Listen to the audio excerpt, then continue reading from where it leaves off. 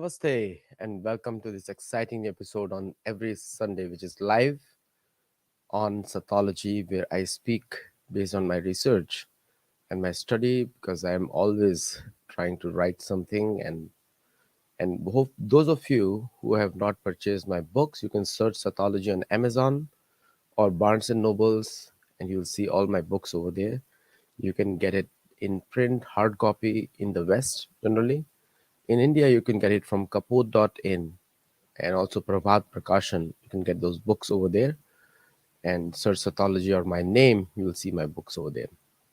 Most of my books are based on Ramayana Mahabharat, and that's what I try to learn and from and generally also I consult many Puran, especially Bhagavad Puran and many other Vedic literatures before I come up with my writings. It's part of my own sadhana, so that's why I do it. And thank you all for loving my our shows on Sattology on a regular basis. I mean, I really see a lot of support being coming there and from all of you, and I really appreciate and grateful to all of you. So today's show is irrelevance of Western philosophies today. You can also tune in to our shows on Spotify and other places. And today's show is also live on Twitch. Those of you who would not like to go there and check it out. So now we have to understand that a civilization is built on philosophies, and sometimes the native people or of every land, and in India especially Hindus are the natives of the land because they follow the culture of Sanatan Dharma or Vedas in their country. That's a native culture, means original culture of the land. When we say native, means original culture. Now, three distinguishing facts of a culture are method of worship and food, eating habits, and also the language. These three aspects are the key cultural, you can say, understanding. When you want to understand a native culture, you study these three things, and based on that you understand what is a native, what is the commonality between different native cultures. So you'll see that most of the native cultures of the world are the most peaceful cultures, in the sense that they live on the land, from the land, by the land, for the land, and they depend on natural qualities which are prevalent all over the all over the land itself. The food eating habits will be as per the land. The language will be naturally developed when they were born, is developed over there. And the third thing is method of worship will be common. So if you look at the native populations of the entire North America, South America, then these three things will be common across the entire North and South America. Like most of the native population lived on land, subsisted on beans, and their method of worship was respecting sun, moon, the super spirit, all pervading spirit, and these were the common characteristics. They found any type of help available from the nature, whether it is from birds or from any other source, like even the animals sometimes, as worshipable. That doesn't mean they're worshiping them, but worshipable, because those things help them to survive the harsh climate cultures. So before we begin, I made many notes actually. So you see my all my notes sitting in the library and making for these notes, because I have to understand the before I speak on it. I need to read and I need to understand what they stand for. My study is primarily Bhagavad Gita in the Parampara and Mahabharata and Ramayana, listening to my gurus, and also without the and also my friends or god brothers who are also studying with me. So uh, so the most of the Western philosophy which you see today starts from Socrates, and you'll be shocked to know that how Socrates is the godfather of all American philosophies, and and he's a Greek philosopher. And there are a lot of life stories about the Socrates, and one of the thing is how he died. Is I'm starting from there. He was condemned to death by the Athenian government, and and then he told that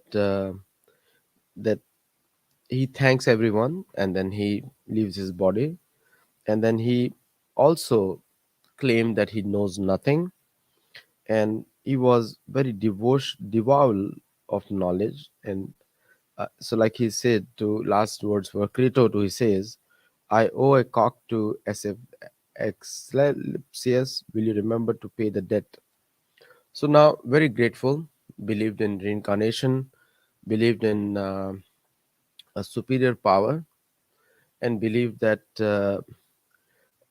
he was also producer class will be denied the benefits of public schooling, and his philosophy was very much based on segregating the society.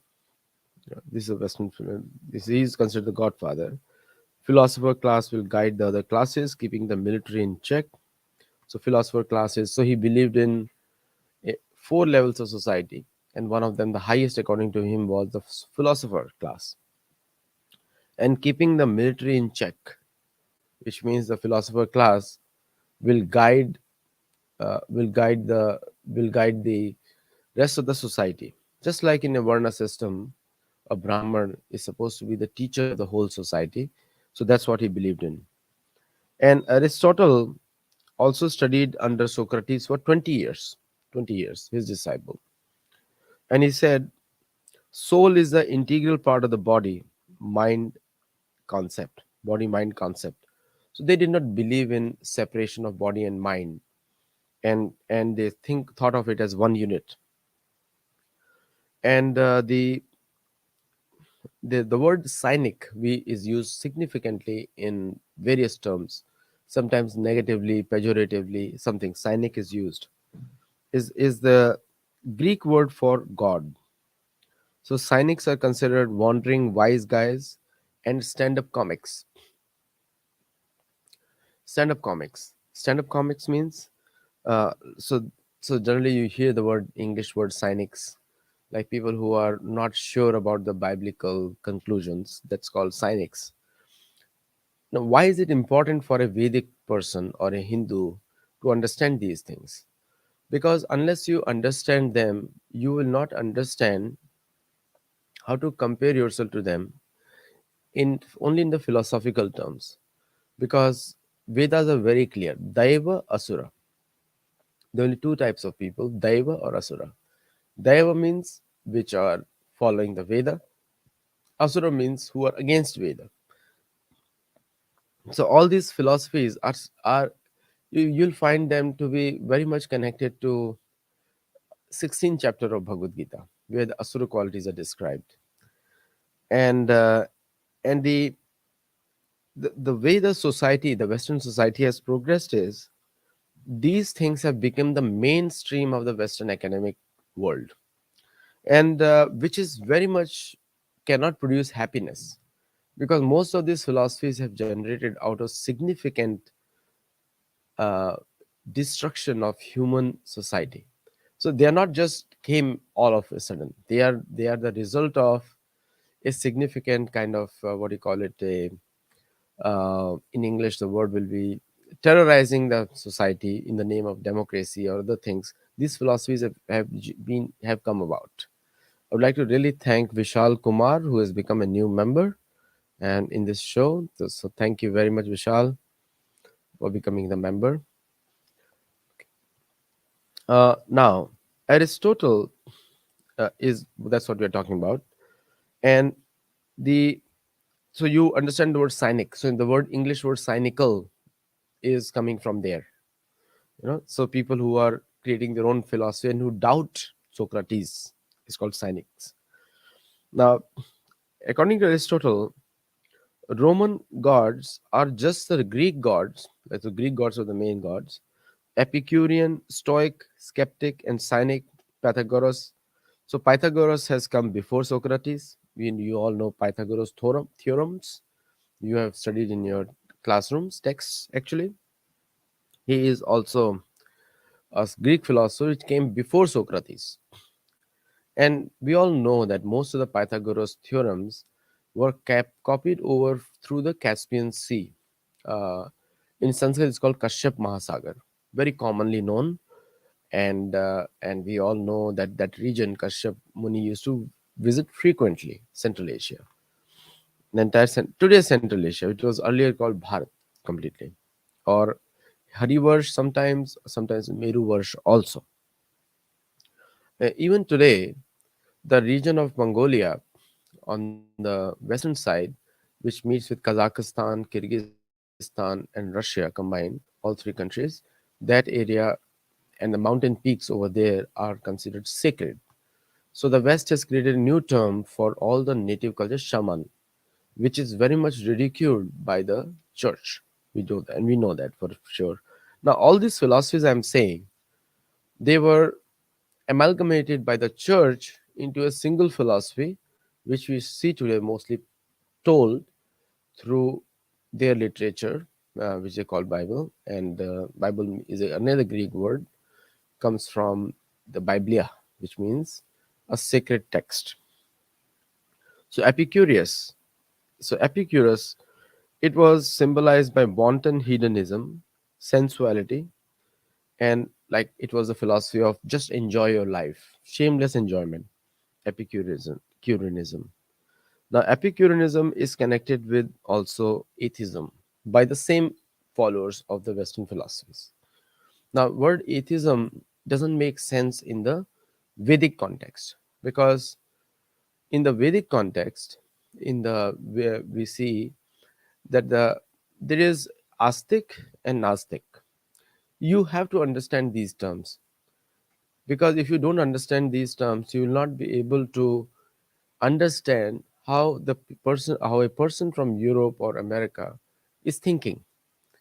If you don't understand how they are thinking, you will actually not be able to make make proper judgments about them. Sometimes what happens is most of the native people, most of the Asians, most of the people who are not from the West or not belonging to the culture of the West, they are not able to understand the differences in the way of thinking. These philosophical points, they actually, I make cards when I write books. When I write something learn important, I make cards because it helps me to summarize the entire thing in one go. For this show, I made at least 4 or 5 hours of study in a library so that I can present you with facts and nobody can question that because it's a textbook knowledge. It's from the American textbooks, and which is being taught in the mainstream schools, and people who write papers, they write all this information so that people, and that's how they teach in the colleges. It is very important to for vidya to learn vidya.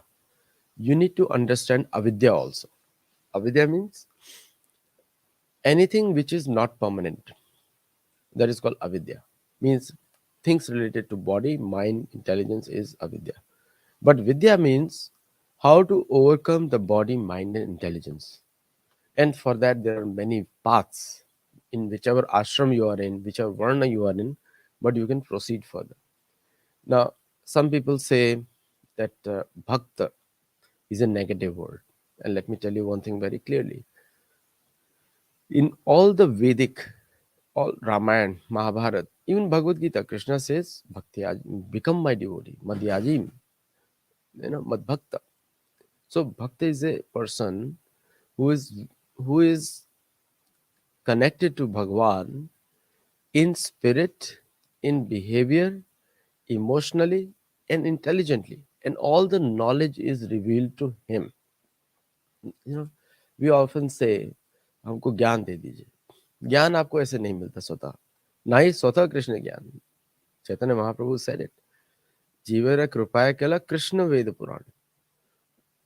For the entire disciplic succession of gurus, parampara system, and the Veda and Purana, were created for the purpose of for those people who are not going to misuse it, or who don't become happy in their own bodies, because ultimately to leave the bodies. Very, very interesting question of Narad Muni to Shukdev Goswami is when he's teaching Shukdev Goswami. He says that don't you see that his soul, Kanash, the what you call it, the Virya or the Shukra, enters the Udar of a woman, becomes a Garbha, and then he's surrounded by all kinds of chemicals, kinds of gases, all kinds of food that his mother is eating, but still is able to survive. Why? Because he's so delicate, but survives for 10 months. And then he takes birth. How is it possible? Don't you pay attention to that? Very interesting point, because it's a it's take it takes a lot to survive in the udar of a woman, of a mother, and then suddenly it survives and takes birth again, and out of many such particles one particle gets becomes a garba means a birth in the womb. So anyway, Epicureanism is, there's another philosophy called Dolce Vita. You all know Dolce Gabbana.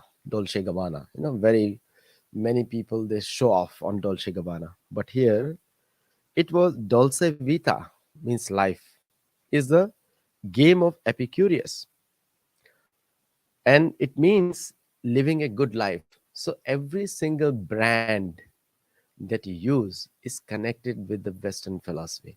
Dolce Gabbana is like very famous, and I'm taking the name again and again, but not trying to promote them. But I'm talking about the Dolce Vita. It is the philosophy of Epicureanism, shameless enjoyment. That's a philosophy, living a good life. you know. So now Aristotle obviously was well versed in the Eastern philosophy. So you will see gradually, I'm talking from the point where the lot of Buddhist influence is there. A lot of these influences are there, which are shaping up the European or Western thought, Western philosophy. Most of it is has been rejected now.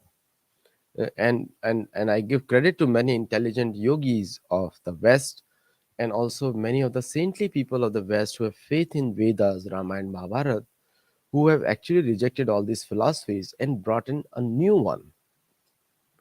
So Aristotle also said, happiness is the goal of a human. And then the another term which was used was syllogism.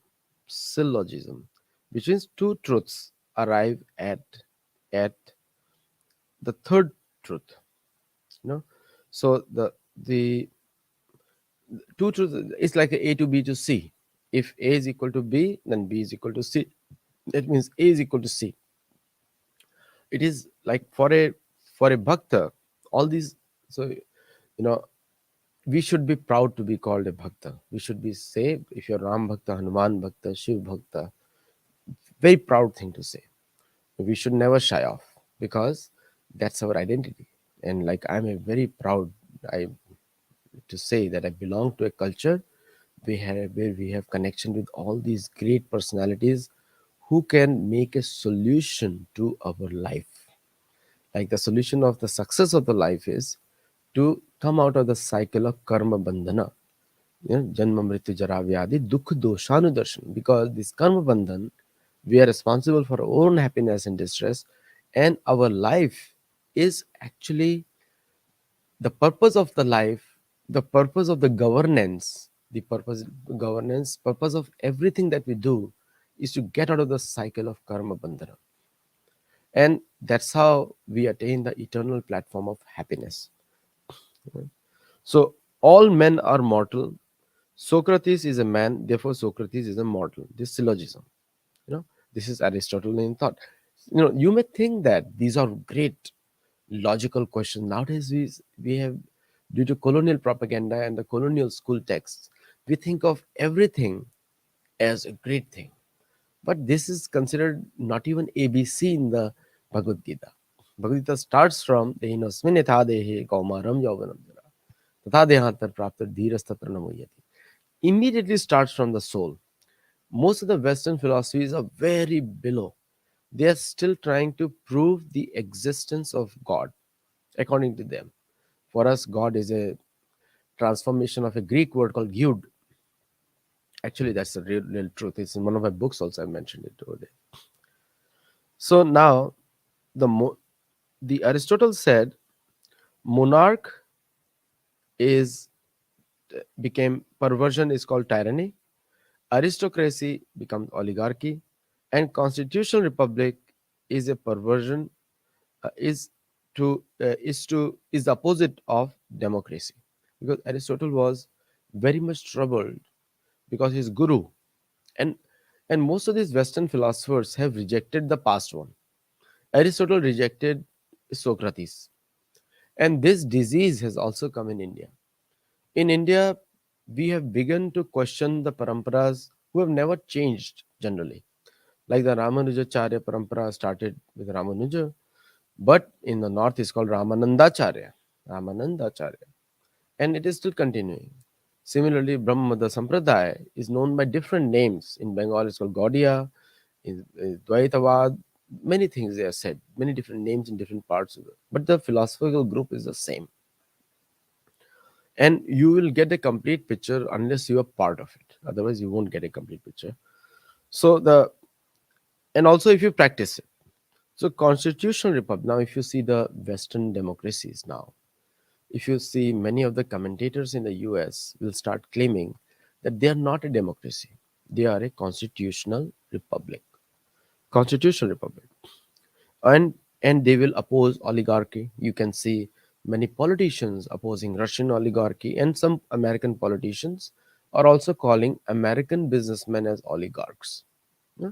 Wielding unreasonable power due to their wealth. That's called oligarch. And despite the unnatural means, but in Vedic culture is completely different. I'll come to that, all these three terms. So the entire framework of word republic, is an Aristotelian thought. Believe me, you never thought about that. We very proudly we say Republic of Bharat, Republic of India. That means we are believing in Abrahamic way.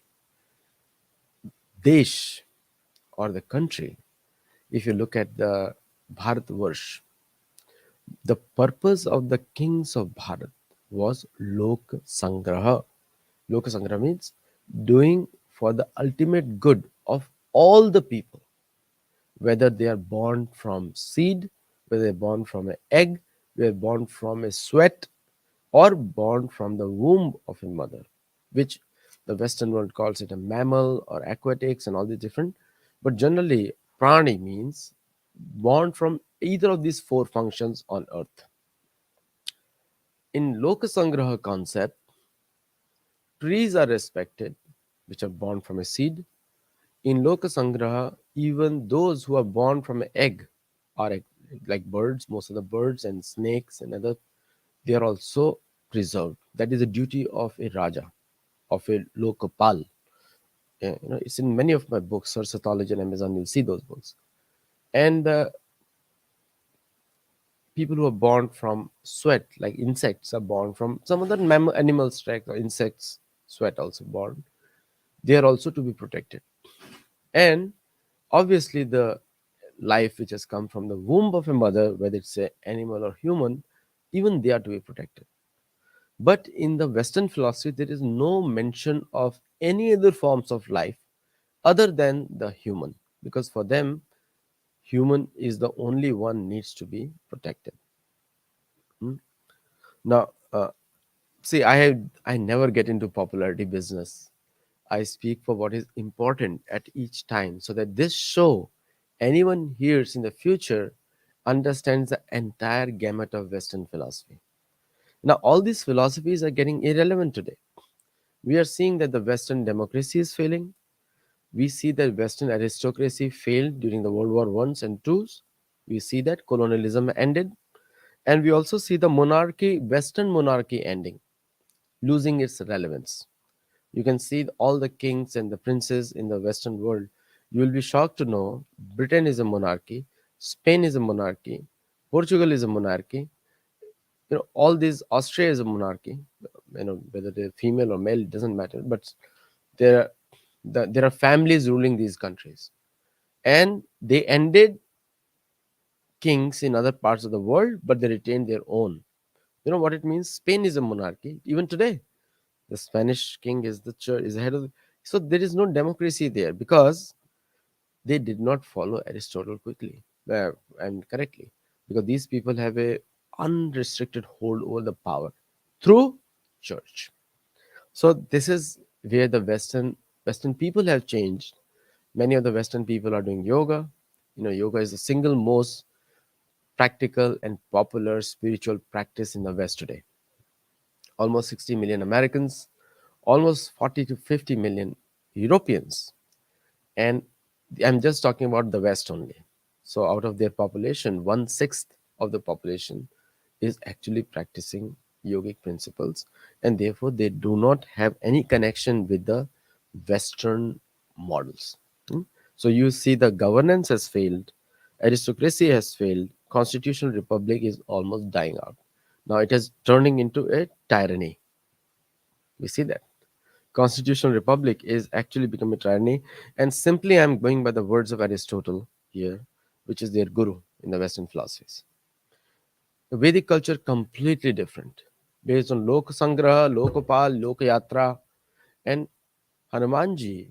We all love Hanumanji. I love Hanumanji all the time, because if you don't love Hanuman, you will not learn how to serve Bhagwan. The yogi also.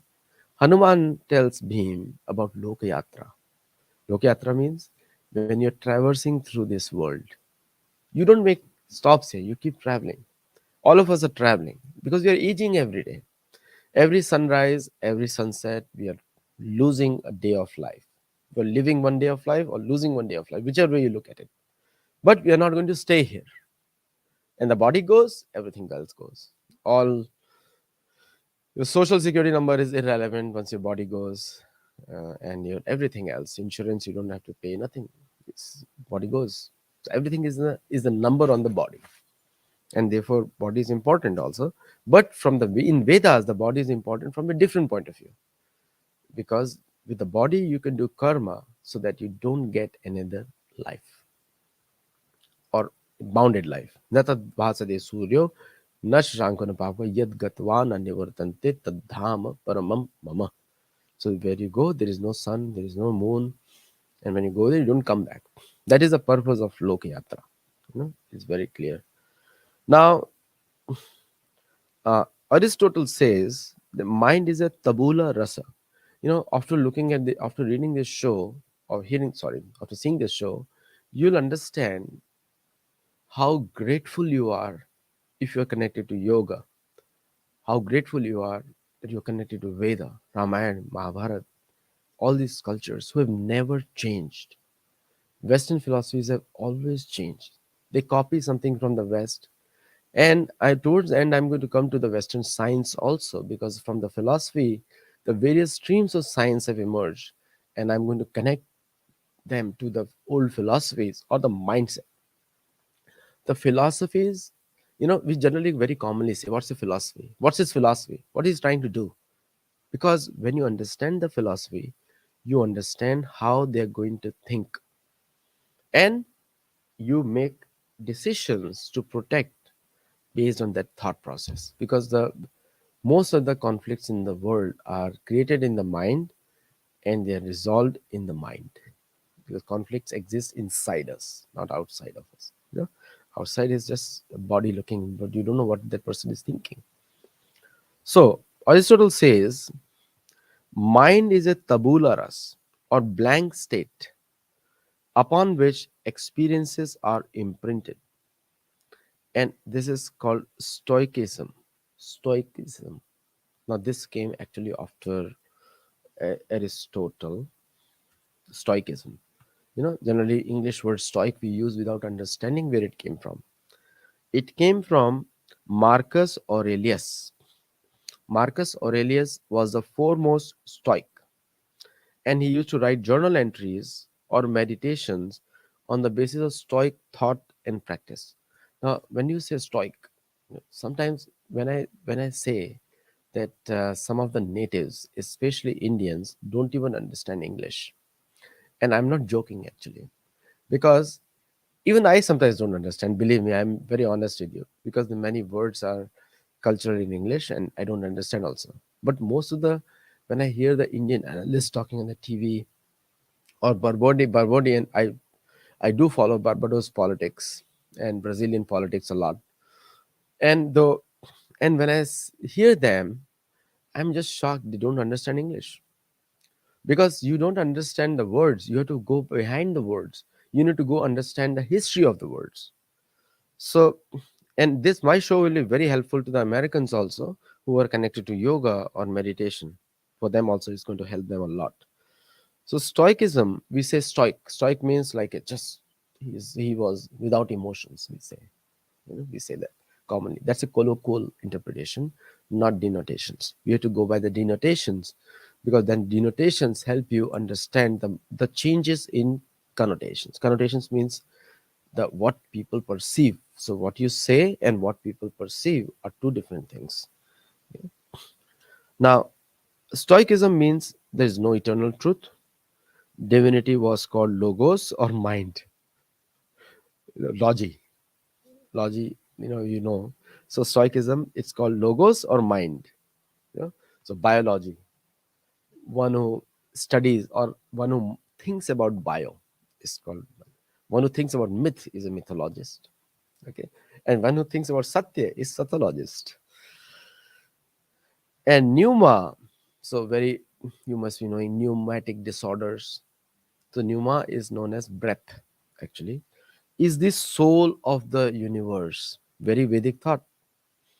When you breathe, is the soul of the universe. Somebody is breathing, somebody is exhaling, inhaling, and the description is in Vedas over there. Eka nishvasatakala mathavilambya jivanti loma vilaja jagadandanatha Vishnur mahani yasya kala visheshu govindamadi purusham tamaham bhajami.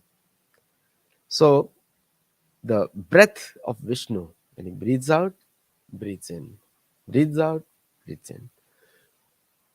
For his breath, the universe exists and goes. Now I'll come back to what he means, Stoicism. And we're talking about Marcus Aurelius. He says, pneuma, which is pneumonia, also we say sometimes, all these words are coming from this pneuma or breath, is the soul of the universe. So if somebody talks about pneuma, you understand what that person is talking about. Hmm? Now, Marcus Aurelius was a foremost Stoic, and like I said, Stoic thought and belief. Everything happens for the best, and you can actually expect the most worst. That's what he said. His philosophy. Same with Charvak. He says, take loan, drink ghee, just enjoy. And he says, all the devtas, rishis, and everything else is banda dhurta nishachara. He makes a fun of everybody. And nowadays we celebrate Charvak. And Stoicism also we celebrate. We use it very commonly, the word Marcus Aurelius. Now, the Marcus Aurelius also said Stoic is the passionate side of human is evil, and the very famous Stoics were. Stoics means subordinate. I mean, I'm not going to go into colloquial meaning there, because colloquial meaning is completely different. Is colloquial meaning can be colloquial words. Colloquial means commonly used in language, that is called colloquial. The famous Stoics was Epictetus. Epictetus was a slave. So even though he's talking such big words, but he has a slave, Marcus Aurelius. Peth, and then he also, they were also suicidal to many ways. And path means negative emotions. And most of the there is a word called Seneca, is a name of a Stoic, again follower of Marcus Aurelius, were they all committed suicide actually. And they believed in, most of the Stoics believed in pantheism, that God is present in everything. Pantheism means, now believe me, the word of isms, pantheism, monotheism, polytheism, These all words are created by the Western theologians for the purpose of understanding everyone or categorizing them and then taking away their rights. This was the main thing. Now, pantheism, all these words, theism, the word theism itself is a problem because it is built on the origins of the word are very harsh, but and the way it is understood is very pro monarchy. Like if the monarchy is threatened, then that person will be branded and that person will be destroyed. This is the way the isms, theisms words, pantheism, polytheism, these are all constructed. Now, in the Stoics, ataraxia, inner peace is the main goal. Ataraxia is inner peace. Now, after that came skepticism. Generally in countries where the English is not the main language, skepticism means that somebody is not sure, skeptic. But it's a philosophy, came from a skeptic. Is it possible that skepticism is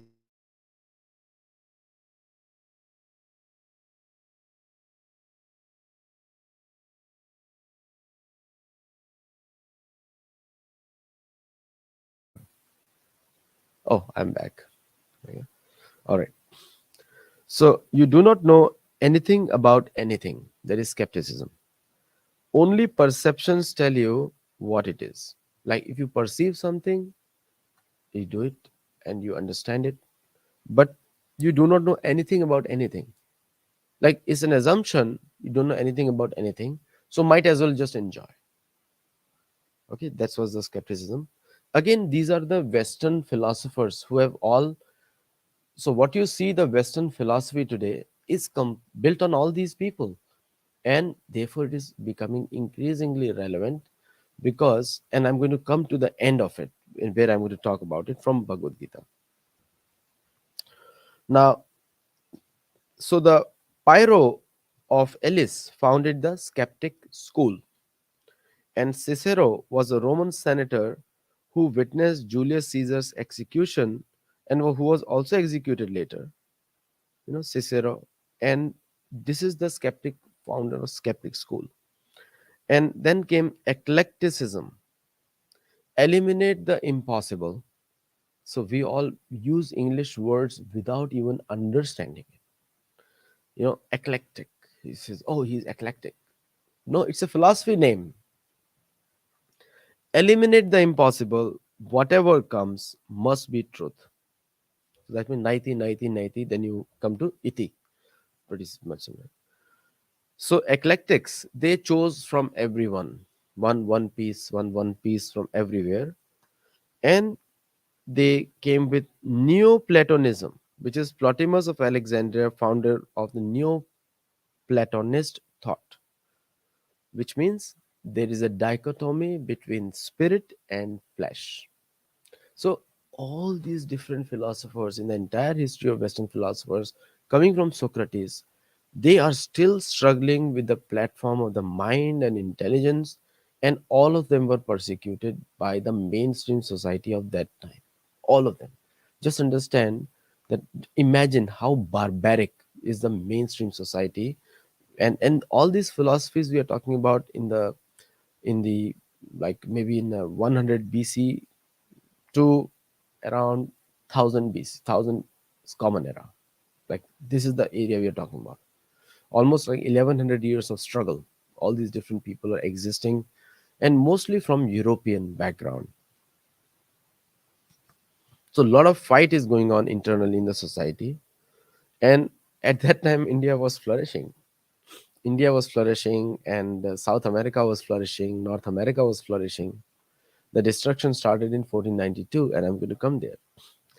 Neoplatonism was pagan monotheism. The word pagan is used, pagans. Even many Indians use the word pagans. I don't know why. Many of the people who study Veda or connected to the Vedic culture, who call themselves Hindus, they also call pagan themselves pagan. Pagan is a pejorative word. Like shaman is a pejorative word. It's meant to undermine the native culture. Pagan means literally like a stone. No, the word Indian, coined in the Britain, actually means a very backward, inward, and insulated, uncivilized kind of person. That is called an Indian. And that was the original reference to Indian, not because of India and Indian. So generally, the impression was that the India is filled with such people. So wherever the Europeans went, when they came to USA, Barbados, and they came to North America, they called all the native population as Indian, to show to their people that they are superior and that they are the Indians.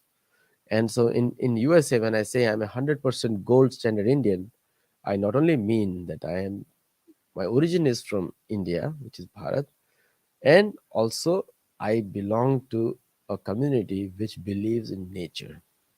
Okay, so you may call me a negative or a very low class person, but but that is your viewpoint, not mine. Neoplatonism was pagan monotheism. Now you'll see how backward is the Western philosophies. How backward. In fact, I will read the Native American philosophies. They are much more advanced, spiritually advanced, and the real culture of USA must be Native American, because those philosophies are advanced and they bring peace in the human society, bring responsibility, and bring happiness. Because without tyaga, without renunciation, there can never be any happiness. Never, not possible. So now, Roman Empire, it fell in 476 AD according to the West. Okay, 476 AD, and we know that uh, the Roman Empire never fell. Roman Empire was replaced by the church. So 313 AD was church established, and 476 AD the Roman Empire became church, and their capital was Vatican. And now what church has done is they have combined the evangelistic period where they went out to preach in Europe. So a lot of European natives were killed, pagans. Majority of the Europe was pagans, like Celtic, Gauls, and all these people, Vikings. They're all pagans according to them. And Vikings, somebody say, oh, Vikings are warriors. No, they're Hindu warriors. Vikings were Hindu warriors, and I can declare it very confidently. I'll do another show on that, how Vikings are Hindus. Evangelistic period, patristic period, scholastic period. These are the periods of the church I'm talking about. And it began at the University of Paris and Oxford. What was the scholastic period? Learn everything. That was a mantra. Learn everything. Whatever you see, learn everything. And these schools shifted from Plato to Aristotle. So now you see the background of constitutional republic, which is today still continuing. Okay, and I'm going to come a little bit deep into that. Now in this period, now scholastic period, the first philosopher was Augustine of Hippo, very famous man. You know, Saint Augustine. I'm talking about the same guy. August is actual name was Augustine of Hippo. 354 to 430 AD. He was born and he died in the last days of Roman Empire, and he was a pagan from North Africa. Saint Augustine was a pagan from North Africa, or Augustine of Hippo was not called saint at that time. He followed manichaeism, or amalgam of. So whenever the West says Persian, they actually mean Hindu, because there was no Islam during that time. So when they say the Persian, and they are still called, they are actually meaning Hindu, because Persia was a Hindu country. Zoroastrianism is a Hindu culture. Therefore, when the Islamics attack over there, Islamism attacked over there, they all came to India. All of them came to India. You know, it's a Hindu culture, but they will never mention that. The West will never mention, because it makes them Hindu also, because they all came from, okay, Caucasus Mountains, Caucasians. So if they say Persians were Hindus, that means they are also Hindus. That's why they will never accept it. That's the real reason they, in the Western textbooks, they talk about Persian, will never talk about the origin of Persians. Now, so so it's called Manichaeism, which is a amalgamation of the Christian and Persian thought. Hmm? Now, coming to the my last note on Augustine is in his candid autobiography, he says, God grant me chastity, but not yet. It's like, let me continue what I'm living and don't disturb me. So again, the God is an imaginary concept. Is just someone higher up is there. It's not really. Then they don't know how does he look, what does he look like, what does he talk. There's no such concept over here. Very backward. And in the Bishop of Hippo, he was the Bishop of Hippo in Algeria. Algeria is just that's the roots over there. Now I'm going to come back to my second set of notes and then I'm going to close it. Now, coming back to the history of these most of these philosophers, okay. Pythagoras was a vegetarian, believed in reincarnation, and he believed that his god lived in the East, India. India specifically, he says, on the banks of Ganges. Now, these things have been excluded by the Western philosopher, because these people had severe problems. They could not live. If they were ever accepted that they did not believe, their thoughts were not dependent on the land, they'll be killed. Now, Leucippus and Democritus, now the word democracy also comes from Democritus. Now, the world was made of atoms, and Socrates' life after 40 is known. Now, Socrates' life before 40 was not known. And Leucippus and Democritus means the world was made of atoms. Again, a different branch of philosophy. Plato was a protege of Socrates, and he founded the the academy. His mission goals were part of allegory of the caves, and the world lives in a shadow and distorted notion of truth and beauty, cave illusion. So the caveman's mindset I always talk about is a Platonian thought. You know, Platonian thought. So I always say, because all the time you will see the foolishness of Indians repeating these words. And that's why I often say they don't understand English, they don't understand the West, they don't understand the Western philosophy. And what they have read is from the perspective of the West being told by the West. And that's what they believe to be truth. Most of the Indians also need to be taught as per their param. Just the way the West believes in their parampara, Indians need to learn from their parampara. But Indians learn from the Western parampara about the Indian parampara. Now, see how confusion is that? We can laugh at ourselves many times. I am saved because of my gurus and my parampara, and I have faith in all the paramparas of India, not just one. I belong to one, but I have faith in all of them. I respect the gurus of all the paramparas, all the traditions of India. Tradition is a bad word, actually, English word. Everything English has connected to some kind of these Western thought. The in English also we should call it parampara. Parampara. Evam parampara praptam idam rajarshi yu vidu. The Kalane Mehta. So when the parampara, through parampara, this knowledge is passed on with the guru disciple. Unless you have Shraddha in your guru, it is not possible for you to understand. And by the mercy of my guru, Om Jnanat Mirandasya Jnananjana Shalakaya, Chakshurun Militam Mena Tasmai Shri Guru Venama. Without the mercy of Guru, our eyes don't see things as they are, because he opens it our knowledge. Now, again, so this is the Platonian thought is going on. So we know that cave illusions, cave mindset, and the forms. Plato lived for 80 years. Believe, and Plato is right, like Socrates, Plato, Aristotle. It's right there, Socrates again. Because before that, all the philosophies, nobody was reading it, writing it. You know, that's a problem. And I will keep on taking questions, because I'm getting on top of the hour, and I really see Yukta Mukhi is saying, so glad you're creating movement together, awakening India, that too from across the sea.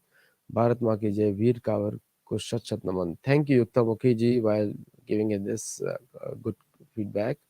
And I again want to thank Vishal Kumar for becoming a YouTube member. Please become a YouTube member. And Shri Kumar Rao, Namaskar. Sacha Insan, Namaskar. Thank you. Nice name. But put your real name so I can really respect. Harsh Patel, thank you. Westerns are still in diapers. And then you have why Earth is Bhuloka is so important in the foreign planetary system. I'll take this answer later on. I'll take this question later on, but I'll take it today. Now, Plato lived for 80 years and believed in ideas and also called forms, which is the world of forms, believed in ideas. The idea, the whole Western philosophy is based on idea. Imagine, imagine, or let me just, it's totally out of reality actually. And the idea of beauty was an entity that involves all the beauty we see in physical reality. So all these forms, the world of forms, the world of ideas. And he believed in reincarnation. We all lived before and we'll die, live again. The Republic was written after Plato saw Socrates being killed by Athenian democracy. You know, Plato's was killed. And the caste system.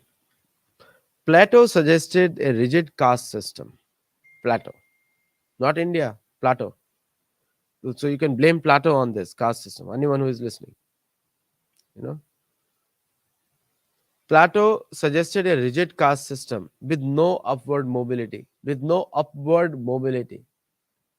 So the European caste system dated recently the Seattle there was a caste system. So they need to hear that very clearly. It is a Plato suggested a rigid caste system with no upward mobility. Not India. India you can change become from a warrior to a Brahman. Easy. There is no rigid Brahm, warrior means a policeman, officer, law enforcement in India, in US, and you can become a Brahman or teacher. From teacher, you can become a warrior or a worker. It's a Plato who suggested a real caste system, rigid caste system. That's the word used here, with no upward mobility. And Europeans are still practicing it, by the way. Like you cannot become for a common man to a noble. Have you seen a person becoming the king of Britain if he is not part of the family of Britain, royalty of Britain, or Spain, or Portugal, or Austria, or Sweden, or any of the Scandinavian countries, Finland, Switzerland? No. Rigid caste system in Europe today, Plato's point of view. Plato's student was Aristotle, and Alexander was a student of Aristotle. Alexander of Macedonia was Aristotelian student. Again, the strength of winning the world came from a guru, whether it's bad or good, it came from a guru, which is the Aristotle. Epicurus desires, again I'll repeat, I'm repeating it. Epicurus is desires which you cannot live without, desires which you can live without. Wealth is bad, is a narcissist desire, and stay away, stay at home. A distraction. Akita is the distraction from modest pleasures, and uh, live unnoticed. Stoicism. Xenos of Cyprus used to lecture from his porch. Stoica, hence Stoic. Yeah, Stoicism is Zeno of Cyprus. He used to lecture from his porch, or called Stoa, hence Stoic. So this is the history of the Vedic or the Western philosophy. Most of them are irrelevant today because the West is now knowing major. They have the West has more than 3,000 Hindu temples. Europe and USA combined, and Canada combined. Europe, Canada, US combined. That is West, and that too primarily the Western Europe, UK, Ireland, Scotland. I mean Ireland, Scotland, but the Western Europe and Canada and USA. This is the West. It's a very small area. I mean, US on the map looks very big. With Alaska, it becomes big, but without Alaska, it's smaller than Brazil. Mainland USA is smaller than Brazil in many ways. So anyway, uh, the and mostly I talk about livable areas. livable areas, because livable area, if you see the mainland, is very small. Like from San Diego to Vancouver is shorter than San Diego to Mexico City. Just how flat it is. On the map it looks big, but it's actually small. Anyway, thank you so much. I'll take some more questions today. Uh,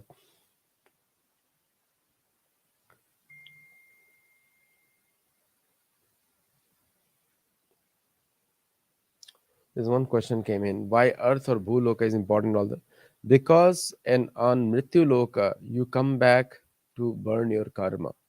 In other places you only live your karma. Only one place is Bhuloka, is the one where people have to come back to burn their karma. And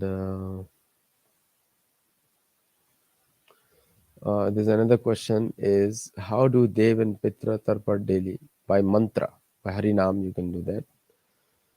Another Adolfo Rosado, he's let me just take his.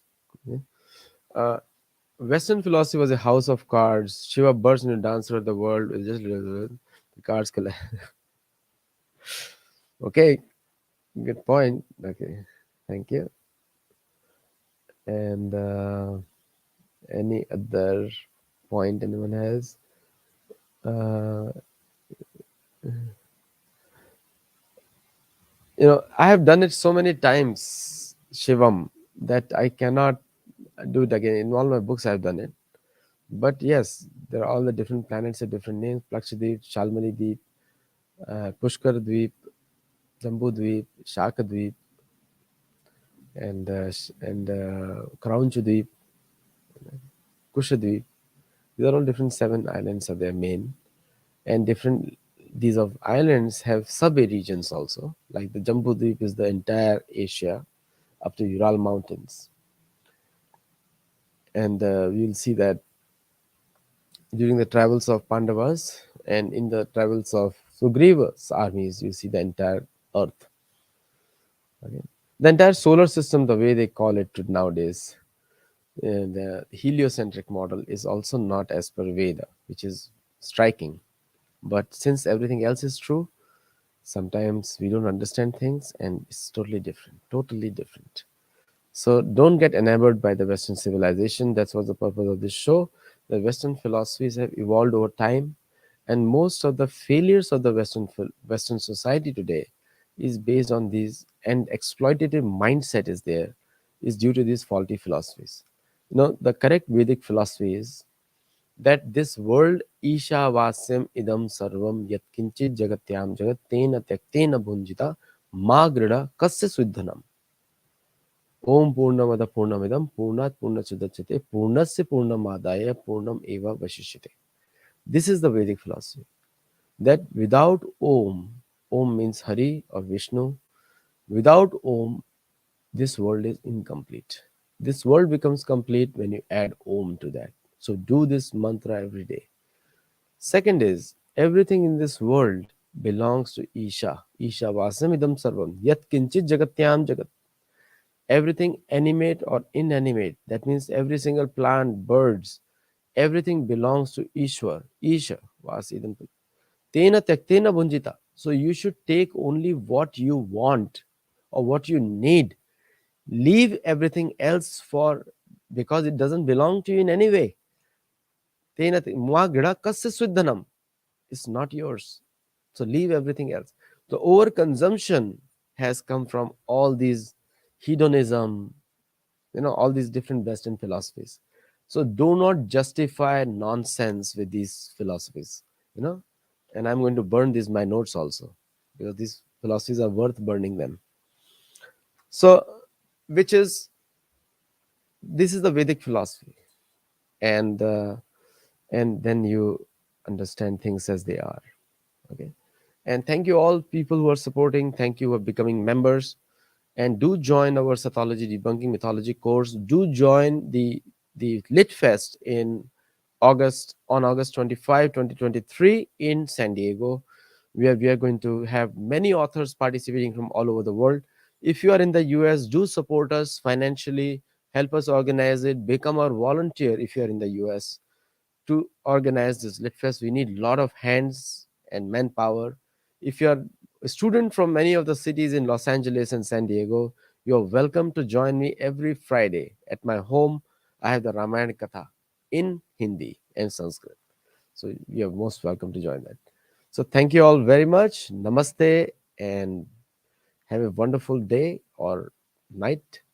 And I hope you learned something today. Do give me comments on the videos. Do like, share, subscribe, spread it widely. Namaste.